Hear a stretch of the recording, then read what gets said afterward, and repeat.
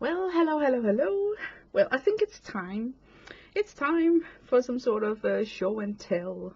I don't do many of them, but when I got like something I've been working on that I haven't shared here on YouTube, I like to pile it up and then just do a bunch of, you know, show a couple of things at one time. So this is one of those streams. A lot of fib inspiration this time, especially this crazy booklet here. I don't know if anybody watched. I think it was, for me, it was Dee Dee who showed this for the first time for me, and then the second time was when I was watching Janet. I honestly think it's a fun way of creating small images, like just a small page, and it's got a name that I of course don't have at the tip of my fingers, but it's cut out from one sheet of paper. And if you go to Dee Dee Willingham or Janet M. Young, I bet you can find a very nice tutorial on how to do these. But basically you just cut your paper in slits and then assemble it like in harmonica style version. And yeah, do fold it to make the squares. That's a lot easier than using a ruler. Ask me how I know. I thought I could not measure it out with a ruler and use a bone folder to score the line work, because this is cardstock. So I wanted something that wasn't super flimsy, because I like to use water soluble mediums. So I thought before I started that I should have like a thicker paper for this. But then it flaps up and you can use it as a flip out concertina book, and then you can turn it around and then it just continues on the back. And now where I have shown it, I think I will glue these middle pages here together so that it won't you know, unassemble itself when I flip it. I just wanted to wait until I show how it looks when you fold it out to one sheet of paper. But yeah, I'm using my sticker book for this. And what I do is that I just have fun. Early in the morning, if you want to play with color, you can make lots of these silhouette kind of style drawings. They're very easy to do, and it's also very easy just to do abstract backgrounds and then just put a sticker on it, like here, you know, like it was enjoyable to do this wet in wet background and then sticker. So yeah, I really like that. I like the look of these two flowers just standing alone, so I did it twice. Yeah, that was that one. I love to watch Janet M. Young, and she had a flip through of a flow book, and she totally enabled me. Was it 2 weeks ago she did the flip through? It's very recently. And mine came and I immediately started working in it, but I haven't been working in it a lot because it's new to me. One of the pages was kind of cardstock, so I took that out and made myself a pocket, because there are some things that you can take out and fussy cut in this book. So I just think I needed a pocket to store the stuff in. And then oh, it bled through. That's not nice. And then I just decorated this page here because it was just blank, just with some buildings. And it's a help self book where you can tear out. For instance, these are small postcards that you were supposed to send as slow mail to a friend.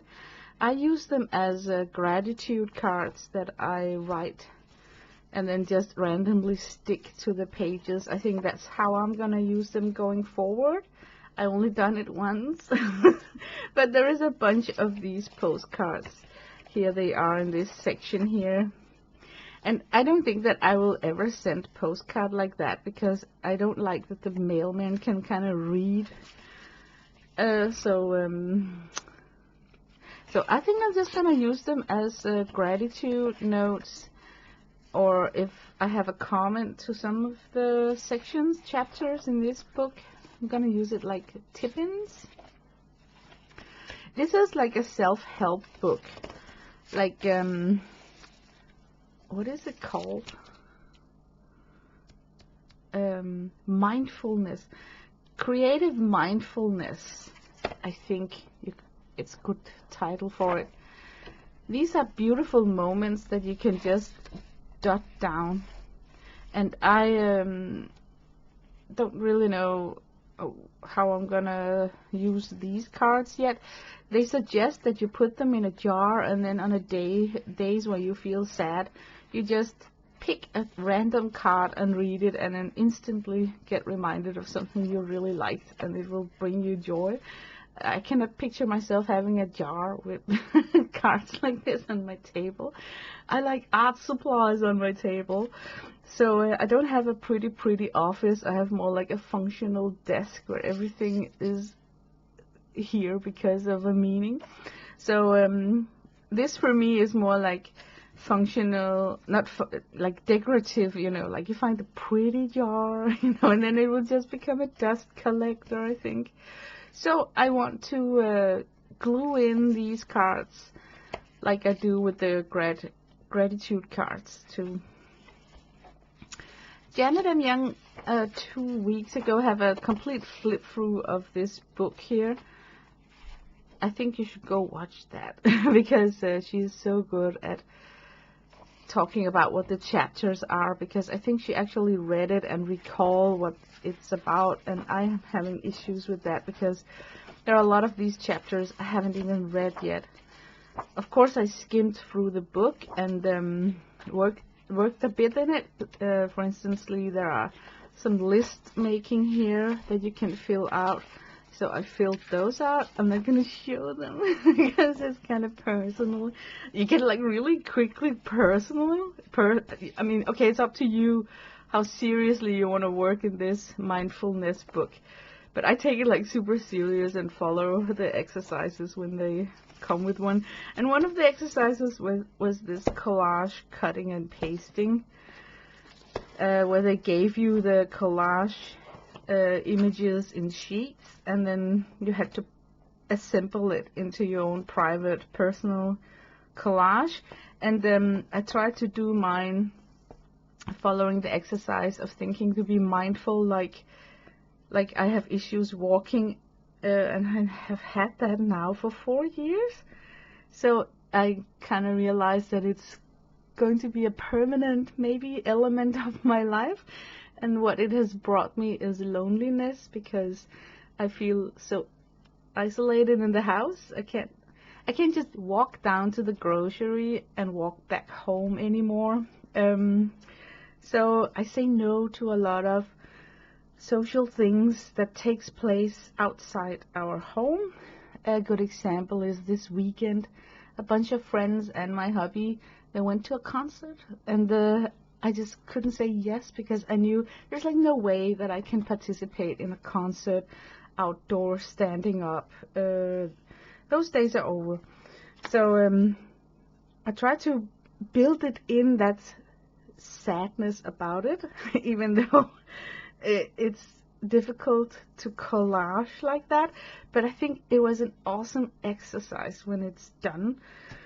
Like for me, glue and paste, I was thinking about it like something super random, like something where you don't think about it and you just glue and paste. But here it had like a purpose. So I took one of my own drawings and made a copy of it and split it into two, and that was my base that I worked from. And then I decided to go from a bright side to where I find balance and harmony, because this is the centerpiece of the collage, and then to the little bit darker side. So I have like both bright and dark, and then the balance base line here. Yeah, why am I even talking about this? But it is, maybe you can understand, it is a book. It's up to you how seriously you want to take this. and I love it. I love it. I love it because it's a journal where there is a lot of things you can work with yourself in a creative way.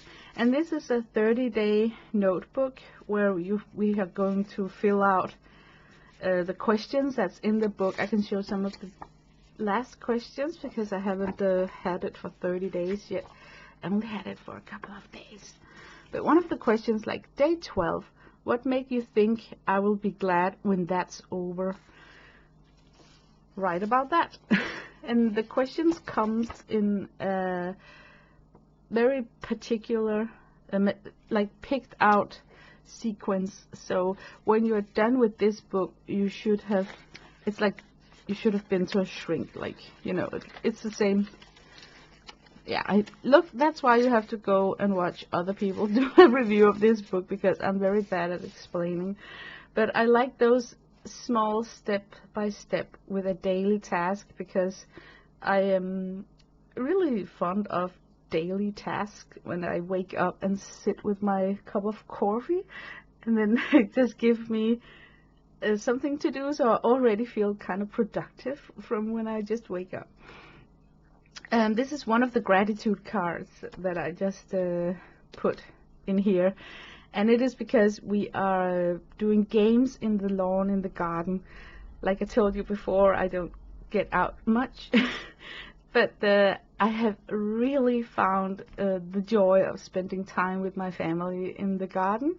And we have a lot of games that we have bought and has utilized, and my son is so sweet to participate, so it's just such a fun hours spent, and I'm super grateful for that. But there wasn't any pocket to put this journal in. It was just glued with tacky glue to a tip-in, this tip-in here. So I just took an envelope and cut it down and then made my own pocket. I like that. And yeah, that's actually it. This is stickers that I have used. Some of the stickers are from, you know, the dogs with the glasses. So cute, right? So cute. Oh my god, it's not stickers. You forgot. You push them out and then you can glue them in. But look at these. Don't you just love? I thought about Bob Owen when I saw this sticker sheet here. Like pets with glasses on. Hilarious. But yeah, lots of small things. And every time they have an exercise, they give you the place to do it, a page to do it, or stuff to do it with. So it is this kind of book that you can take out in the garden with you, and then just a pencil case, and then just sit and read. And in the back here there's like more gratitude cards. I love these small like gratitude cards. I don't know why they're just so adorable. It just speaks to me to have like tiny journal spots. I don't do a daily journal anymore, so I find it nice to go back to small journal dots that you can just attach randomly to a page. Yeah. Ugh. But Janet, thank you so much for showing this book. I immediately knew that, oh, I have to buy it and see what's this, you know. I never worked in a book like this before. So thank you so much for inspiring the purchase of this book here. Okay. And another FIP inspiration. Let me get the camera up. So there we go. Well, okay, I just watched Colleen and Kathy Berg do gel printing in a book with a spinal bound book where they were printing with their gel plate on both pages to prep backgrounds. And I did that a couple of years ago, and then I worked on top of those pages, you know, with adding on stencil work, adding tags and stuff, you know. So, and this journal is not finished.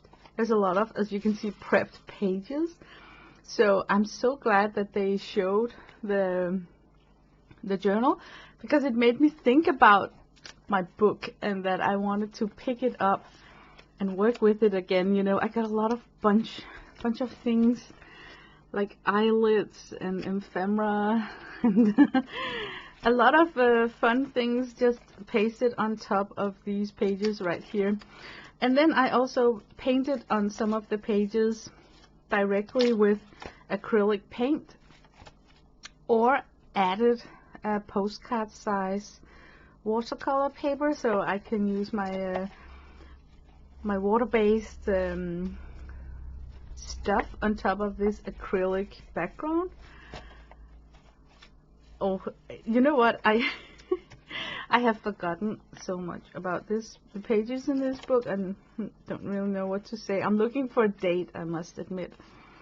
But I love the subtle background, you know, you can have with stencil and, yeah, just scraping paint, and it's just like a super fun way to have a journal. Like, you get so much more joy out of your journal pages, because you get joy when you're prepping the pages, and then you get a new joy when you have to work on top of it by collaging in words. And okay, here the words are mixed. Like, out of the word Presbyterian, you can get the word best in prayer. And out of the word 12 plus 1, you can get 11 plus 2, which both of them gives 13. Kind of fun. Oh, there we got a date. Rest in peace, Grumpy Cat died. So at least in 2019, I was working on this fun journal with gel printed background. So as I said, it goes years back. So I just wanted to flip through Angry DD Expression 2019. Okay, there's a lot of pages. I'm flipping like really fast. But yeah, here's an example of where I am painting on top of the gel plated pages. Oh, this came out so cute. Yeah, it's a very interesting background. You know, you can see all the elements, so it's super textured thanks to the gel print.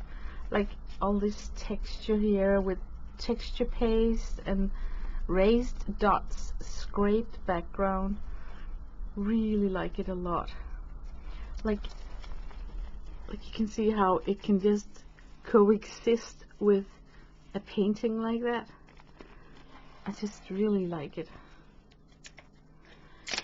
Ooh, using some foiling glue. But here's a good example of how one page can look when I start working on it, like the starting point. So, but I'm telling you guys, it's just likable to have this journal and then work in steps where you first do all the gel printing, and then afterwards, like a JB5, you come back and work on top of the pages, depending on how you feel they inspire you. There's a lot of pages stuck there. That's the bad thing about foiling, in my opinion. I should have put wax paper in between those pages. But foiling gives this very nice sheen, like you can see the flakes on these pages here. This is a paint along from Janet, not 19, but from 2020. Oh my god, you know it's old if it starts with 19 something something. And this is a D.D. Willingham paint along with colored pencil from 2020.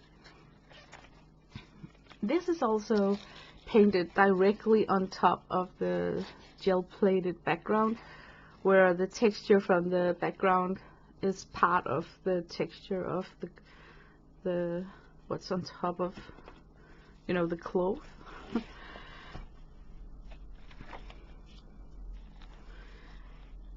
Let's see.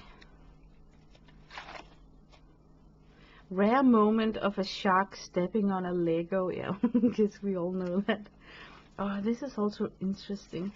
Yeah, this is also interesting, you know, the way, look how the gel print had this blob right there, and now it just became part of her, you know, the painting. Yeah, I should really try and work just on one page in this book here. Two brain cells conversation. I'm on a liquid diet. Yeah, after 3 drinks, you don't give a shit what you weigh. Okay, that was kind of a little bit funny. Yeah, maybe I should try and work on one of these pages here. But, yeah. Okay, let me just talk a little bit about my Patreon and some canvas print that I got for sale, because, yeah, I just want to spread the word that in case you want to support my channel, you can do it either by joining me over at Patreon or buy one of my canvas prints. So I'm trying to touch base with trying to sell something. I actually often get a comment about I should try and sell my stuff, my art, and it's, people have said that for a long time, so now I'm actually trying to do something about it.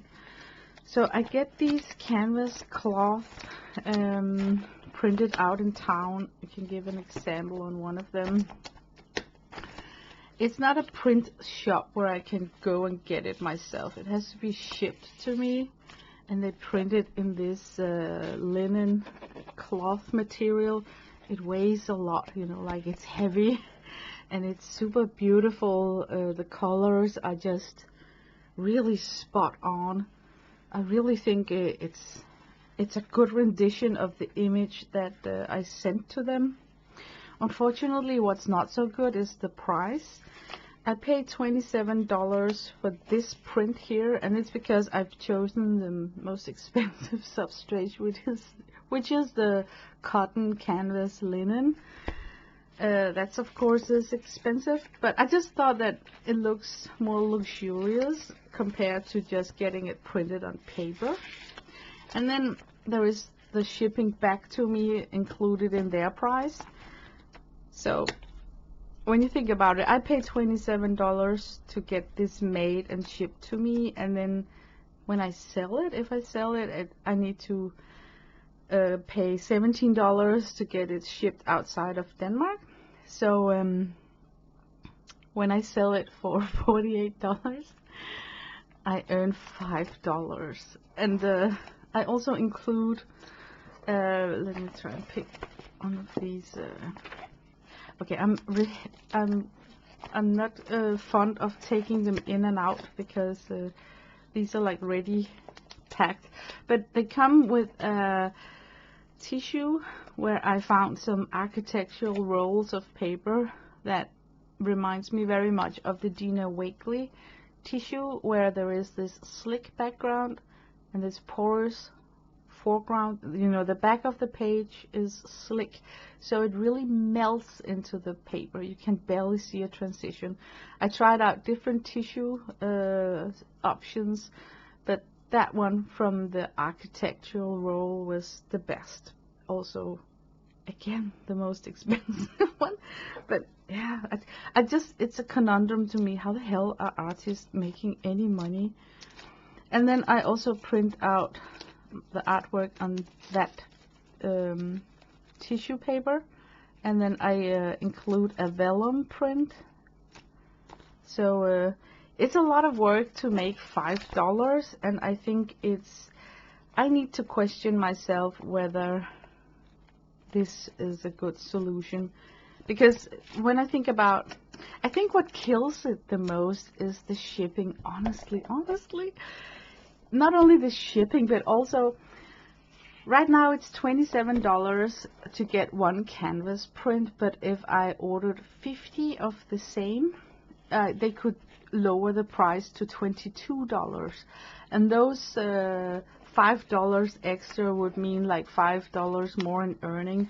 But I don't want to stock up on 50 copies of the same when I don't know if I can sell so many. And they wouldn't let me like just buy 50 in total, because then it would be like no problem. Then I could select like a lot of different images and then sum it together to 50. No, it has to be like 50 of the same image. So yeah, I can smell that the printer is one of those places you go to when you're like a big company and you want to print out 1,000 flyers, you know, and then they're professional in that way. But when it comes to canvas printing as a private person, the prices are just horribly high. So I must confess that, I don't know, I think there's a lot of work in just making $5, and I put them for sale for 48. So I kind of feel that it's unfair. That seems to me like the only people that are making a living out of this is the printer and the mail system, right? Like I am just making money for the printer and the postal system. So yeah, but I was thinking about trying to come out and try and sell some of my art, because I have had those requests often, you know, like, can I buy it? Do you sell? So I feel that I will also be stupid not trying to do it. Now for what's going on in my Patreon. But yeah, the canvas prints are set for sale over at my Patreon shop, and you don't need to be a member to enter the shop and see my I got a selection of oil paintings over there, and then also the canvas prints. And over at Patreon I am working with different things, so I just want to quickly just show some of the stuff. It's mermaid. So mermaid just entered into a story about a mermaid right here, and this is illustrations for that story, where I am playing with ink. Oh, this is a mask I was gifted from Sandra. Isn't it beautiful? It's a rub-on. So I'm working with a lot of illustrations, and the latest one, and all of them are inspired by Jane Davenport. And she recently did a mermaid with this curled up tail. I haven't shown this one yet. So most of my month in May have been around the mermaid, but I've also painted some other things. Yeah, I showed this drawing here of the mermaid with the glowing bum, again inspired by Jane Davenport. This is inspired by Lindsay the Frugal Crafter, so it's not mermaid, but it was such fun to use iridescent paint and then make a glowing mermaid bum. So it was just funny. And then I worked with the Daniel Smith dot card on a bigger sheet. This is Arches. So really love this painting style, and it's like live art, so not sped up videos. I also have worked a bit in this paper pad here. I think some of this I have shown on YouTube. If not, we're just gonna see it again. Oh, this is a sketch. Oh, this was the working sketch for Dune. And then totally in love with all the owls from willowing.org. I mean, oh, this is just so yummy. Another of her owls. The paper is longer. I cannot raise up my camera that much, so I'm just gonna bend the page like this. I love this owl. So cute, so cute. And this is done with the fluorescent layer cakes, so it glows in the dark and it looks so beautiful. This is more traditional, like core watercolor. And this one is a mermaid painting from my Patreon, where I from start to finish worked on this one here, also inspired by Jane Davenport. But yeah, lots of fun things going on over there. You can be a member for $5 or $10 depending on your mood. And I post frequently over there, so at the moment I post more there than on YouTube. Just, yeah, so you know it.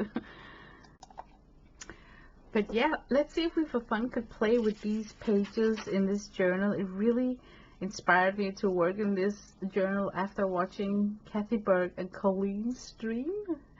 I got the acrylic paint on this, so I was thinking about using my oil pastels from Van Gogh. I think it's only here in Denmark we say Gogh as his last name. Because they're like a bit sticky, so I think they will adhere best to this acrylic background. So let me sketch up something with a watercolor pencil, because then I can erase it with water if I don't like what I sketched. I think I'm going purple. I got on this page here, should it actually be this page? Should it be another? Let me just flip through this. Oh, that would be beautiful. Okay, I'm gonna work on this page here. It's funny how suddenly just looking at a page and then you feel like, yes, this is the one. I think I should sketch with green for this one here. Okay, I'm gonna sit and sketch up a face, and I want to take my time with it, because I have learned that the better my sketch is, the better the outcome of the colors I'm gonna lay on top of it. So it's a little bit stressful to sit and sketch and stream, you know, like record at the same time. So I think I'm just gonna take it easy and get the face sketched down. But yeah, I was suddenly experiencing that maybe the background will be such a big part of her skin tone that maybe I actually should sit and sketch a little bit live sketching here. I'm sorry for keeping it slanted, but it helps me get the foreshortening issue away. Like if I don't sketch it straight on like it was on an easel in front of me, there is a big risk that I will have strange proportions. And I'm going for a face that's not like straight at you, but some sort slanted. So I kind of need to have my portions correct. Yeah, also the bad thing about this sketching session right here is that it's a very creative process, you could say. So speaking is not easy to do while I do this. Okay, should I have a mouth that shows teeth or not? I think teeth are like difficult to do in portraits, but sometimes it calls for a bit of an open mouth to get the expression So even though that I dislike making teeth in my portraits, I think I should try and go for it today. Just a little bit of tooth. I got a chin right here in the gel print, so that's actually the spot right here, and the spot right here is determining where I put the face, because I got like a light forehead here and then a chin highlight there. So these two spots from the gel print is inspiring me to position the face on this paper right here. Just so you kind of understand the madness behind this.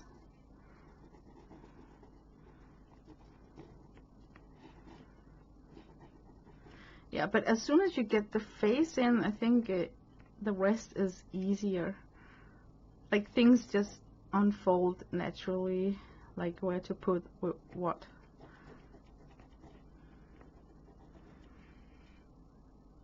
And then we can have like a long neck here. Or maybe the neck. I'm a little bit unsecure about that neckline there. But it could go downwards like this.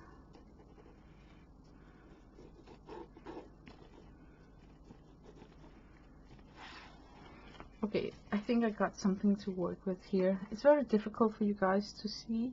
So let me just start putting in some colors, and yeah.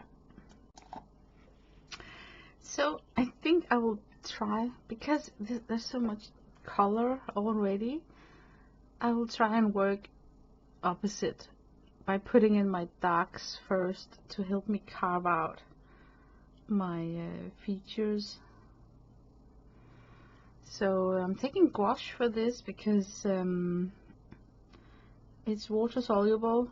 It will grip to the acrylic background, but it will give me an opportunity to erase with water in case that I kind of dislike my placement of color. I'm just gently blocking out her shape because I don't know how committed I should be to either of the sketch lines. Like, should some of it be hair? It's too early to say at this moment here. But the neck, I am pretty convinced about it. It needs to stay there. I could also carve in underneath her ear, because that would probably be where I would put a dark. I got a white speck right there from the gel plate. I completely want to cover that up with some dark. Might be the best color to use to remove that line right there. Okay. Now I think I will go into the highlights, and then the drill for me is to kind of make her skin tone the print of the gel plate. That could be so cool. So I want to mix up a very watery white. Okay, I know that on the nose there would be some highlight. On her forehead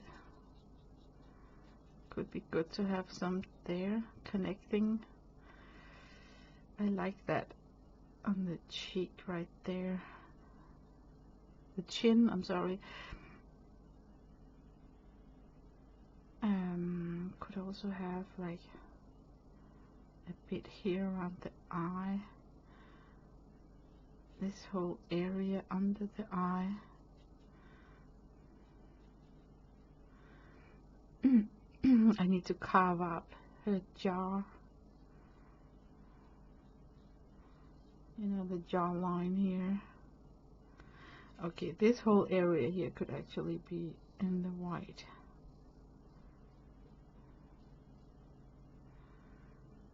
On the top of her eyebrows, you could have some light, and of course on the eyelids, in the center of the eyelids, could be brighter right there, and then right here on her upper lip.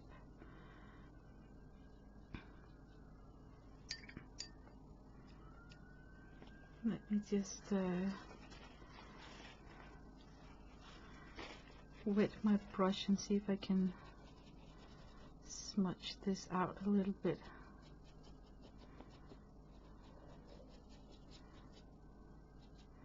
Yeah, I'm gonna have a lot of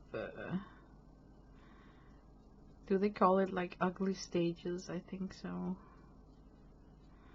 for this one, but that's kind of a fun drill also, in my opinion. Like what did you get out of this background here?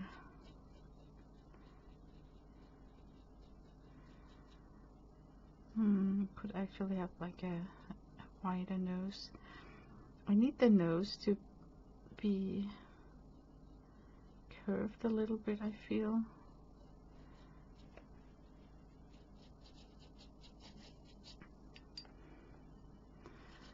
Don't necessarily need the skin tone out here.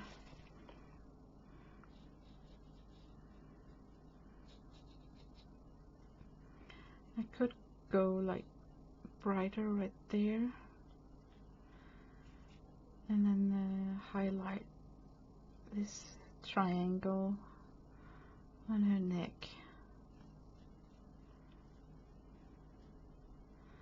Also like a collarbone here. Yeah. And then put in some white where I wanted the teeth. I'm just gonna hint the teeth. They're not gonna stay that white. I think I'm gonna kill all the colors in the eye area with some white,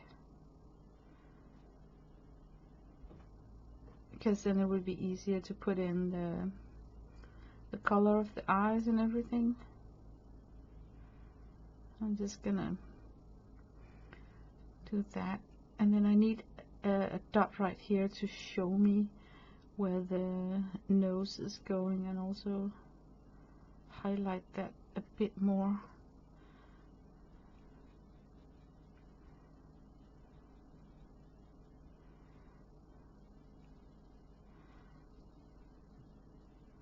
Yeah, so slowly I'm just trying to build up the structure of the face.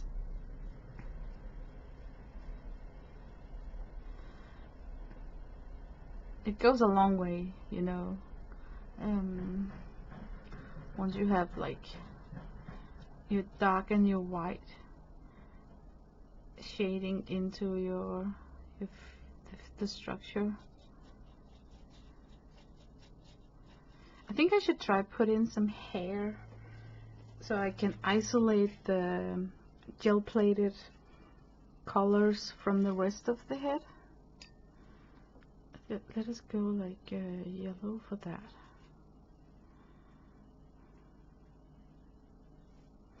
We could go like totally like Marilyn Monroe-ish hairstyle, like Marilyn.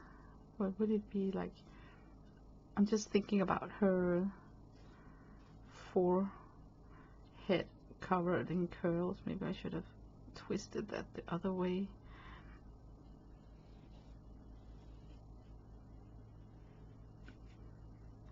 She had this very likable division of her finger curled hair right here in the side, and then she had like if this is her ear, the hair would go like showing maybe like the tip of her ear.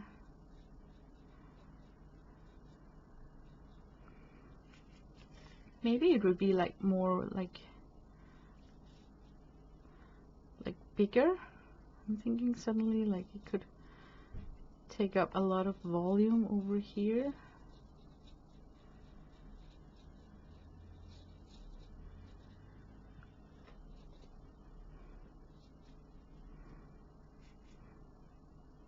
I need something more crazy on this side here. I feel it could also be more volume over here,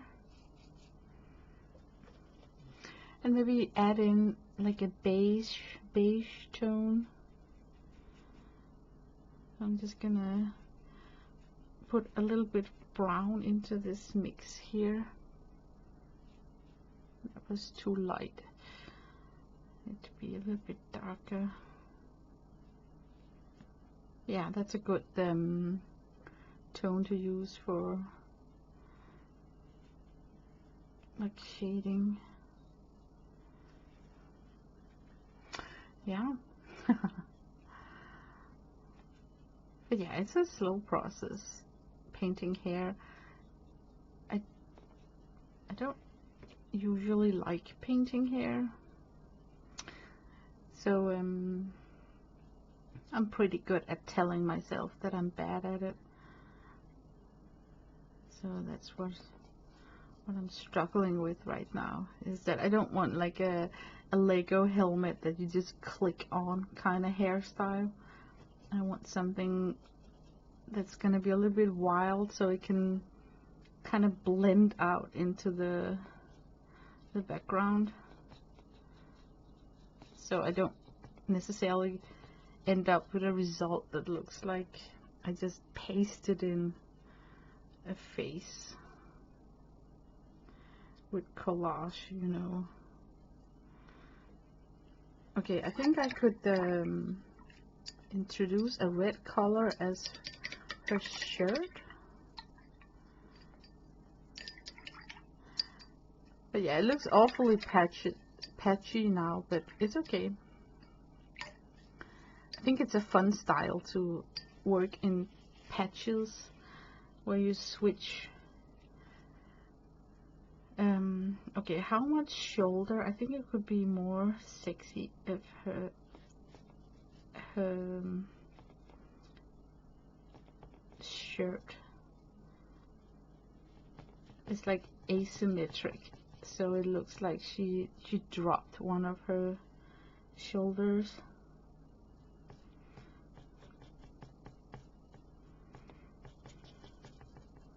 Oh, that was a good call with the red, because it just marries nicely into the color that I gel plated with. And because it's Marilyn, she's gonna have like, now I have decided it's Marilyn Monroe. Can you just tell that? Let's get you out, Marilyn. Okay, I keep saying Marilyn. It's not gonna be Marilyn Monroe when I'm done, but it's gonna have like the Marilyn vibe to it, hopefully.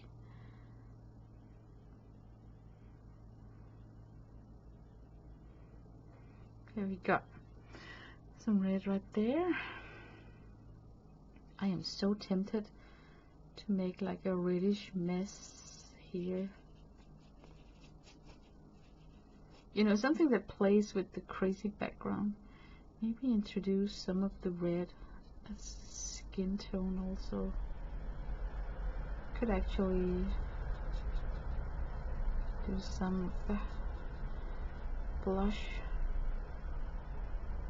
Oh my god, look at me being a daredevil. Red eyeshadow.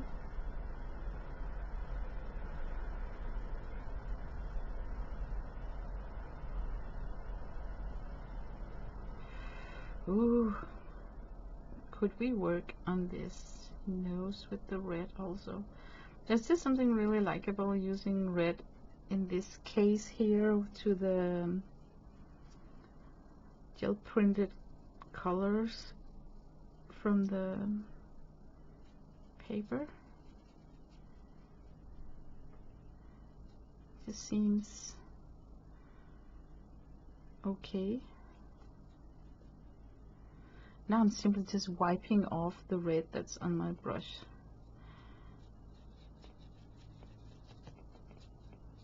Putting it random places. Oh, I forgot about the neck. Could we make like maybe we should venture into like green tones for the shade.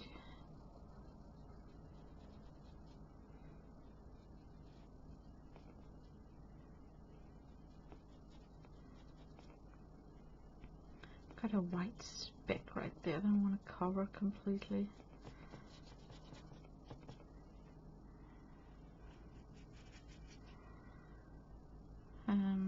I need some sort of slant here. I could decide that this part of her body was completely in shade.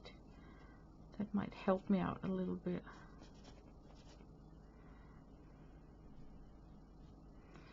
But if that's my shading color, then at least it should be up here, right?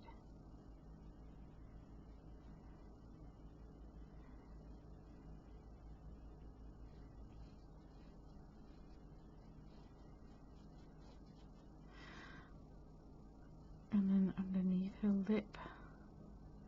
Her nose, I think, would cast a shadow. Like around the shading like that, maybe. And now where we're like completely involved with this green tone as a shade, I should introduce it.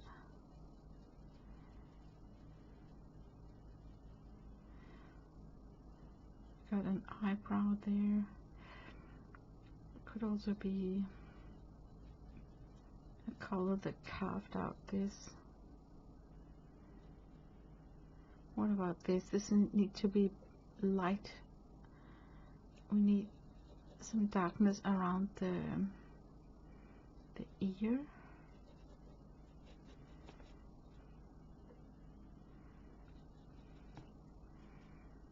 Maybe we could actually go more black here.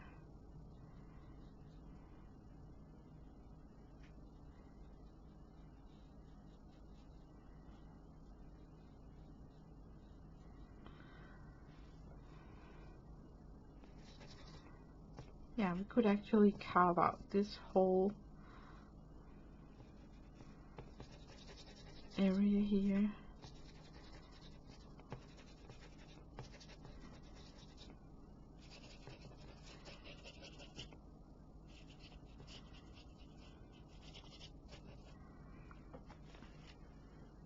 Okay, rinse and think. I feel it was a mistake to put in so much white right here and also up here. So I'm gonna take a wet brush and then lift it off and see what I have underneath it.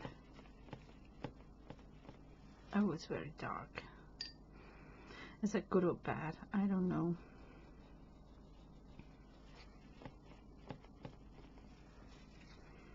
Okay, I need to let that sit with me for a couple of minutes to see what we get. So I'm thinking about putting in just some yellow for the hair. You know, I was like not going for Marilyn Monroe when I started this, but now where I have said her name so much, I kind of have locked my brain into Marilyn Monroe. And when I think of her, I think she's got like sun yellow hair somewhere, some places. Could be like sun yellow.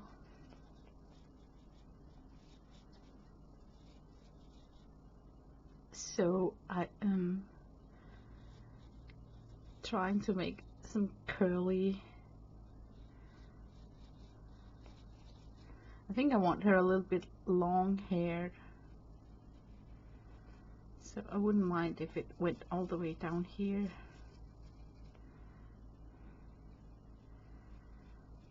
I'm trying to keep true to the gel printed messy background by adding in a lot of thick strokes that I will try not to touch later,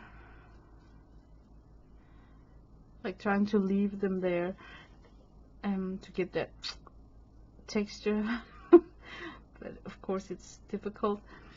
I'm drawn to that red also in the hair. Oh my god, that could be like really dangerous. That could be dangerous, but let's try it out. I'm thinking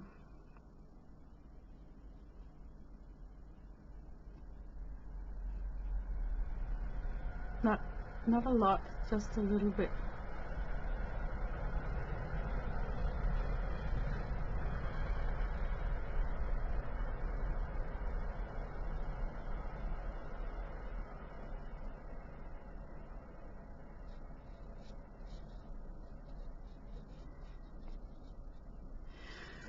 Ooh, that felt like it was a little bit out of control. Now I think I need some of that beige in the back.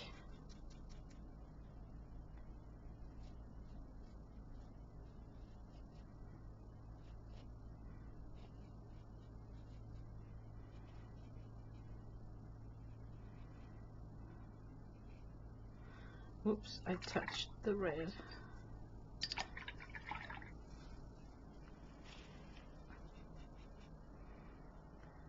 But I need something that gives the volume here in the back.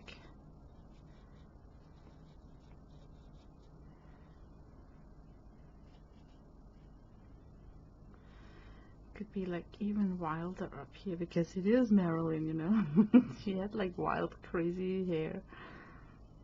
Maybe I should stop right there. Okay, I'm gonna let that hair dry. While the hair is drying, I think I'm gonna work on the eyes. And this is a China marker. It seems to be fond of going on top of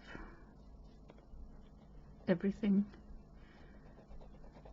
So let me test if it's a good tool for this this face right here. Love that it got such gritty lines. Like it's like very rough industrial tool almost. So give like these hazy line work here. I will need like a sharper pencil to do more detailed.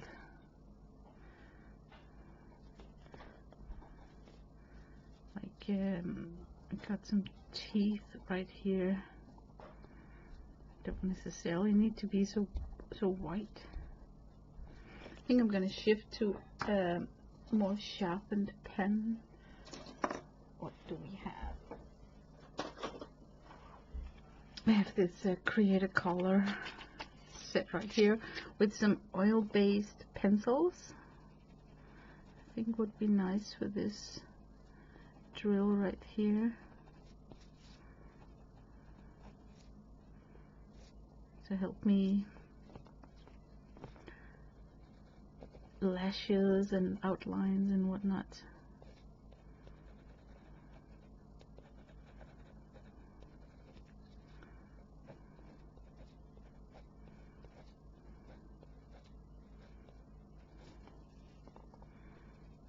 I think it could be a little bit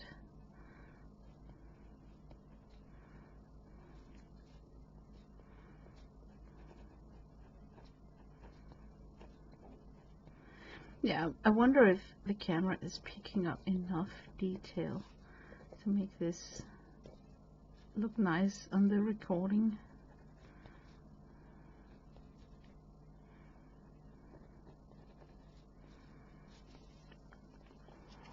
But maybe if I put the book down. Maybe that was better for you guys. I got a lot of sheen from the gold on this page right here, and I really wanted this to be more pushed back, like some sort of in the dark. And I'm wondering how I'm gonna push it back, because I am against just giving it a blob of dark paint. Maybe I should try and just etch in a color. Oh my god, I'm thinking yellow. Wouldn't it be sick to have like an etched yellow?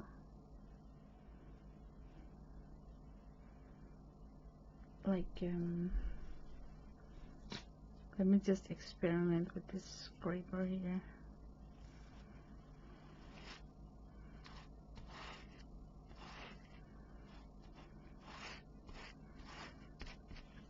Yeah, that's actually helping me to push back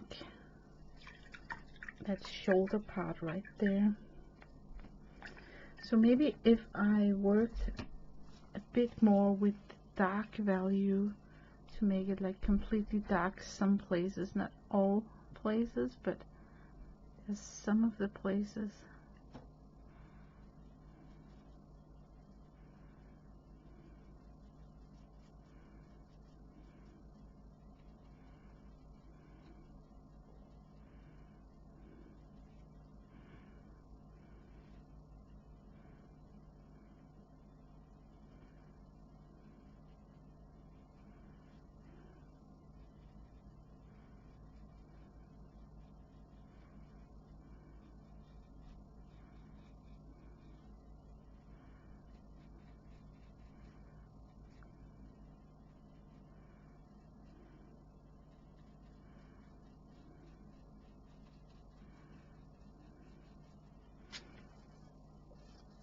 And then I feel the need for an etched red right there.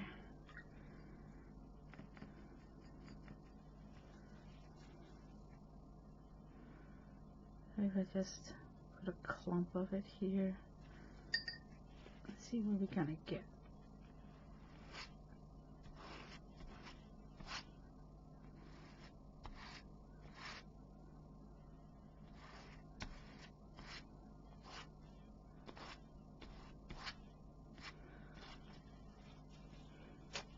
Yeah, I think the striation helps me push back that side of her, so this is more like glowing in a way.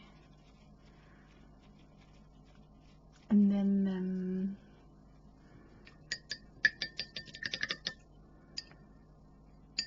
let's for fun look a bit on some highlights. Let me get a watered down skinnier brush for that. Maybe this small tipped brush here.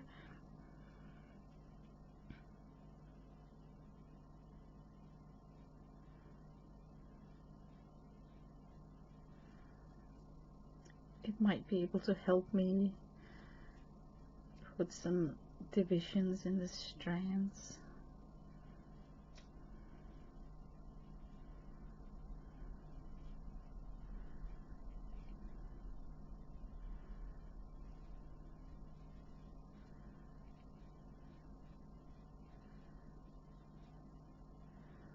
I want to go for something that's like windy.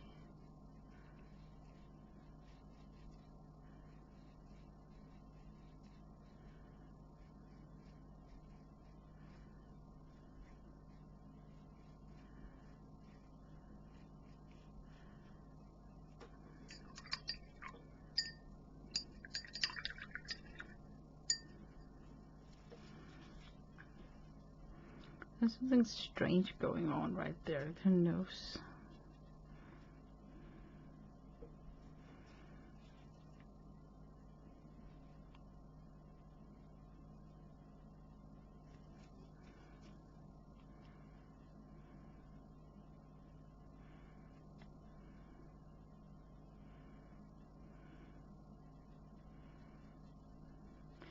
Yeah, I don't think that I should fiddle too much with her features, because I think the beauty lies in the grunginess of it, so it kind of feels like it's up to the viewer to do the math with where her features are located. That sometimes is the best pick.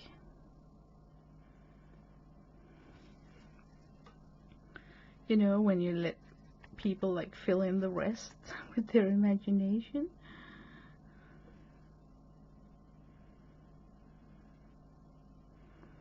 So I'm just gonna put in dark and light value on this gel printed skin tone here.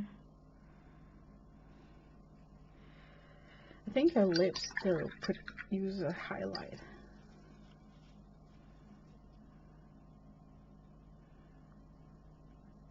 I would put one right here at the cubic bow, and then maybe her underlip could be more filled out. So let me try and work a little bit on a more voluminous, like more volume on the underlip.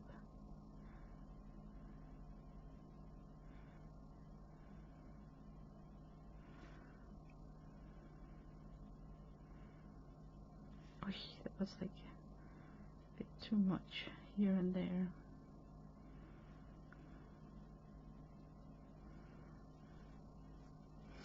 Wait.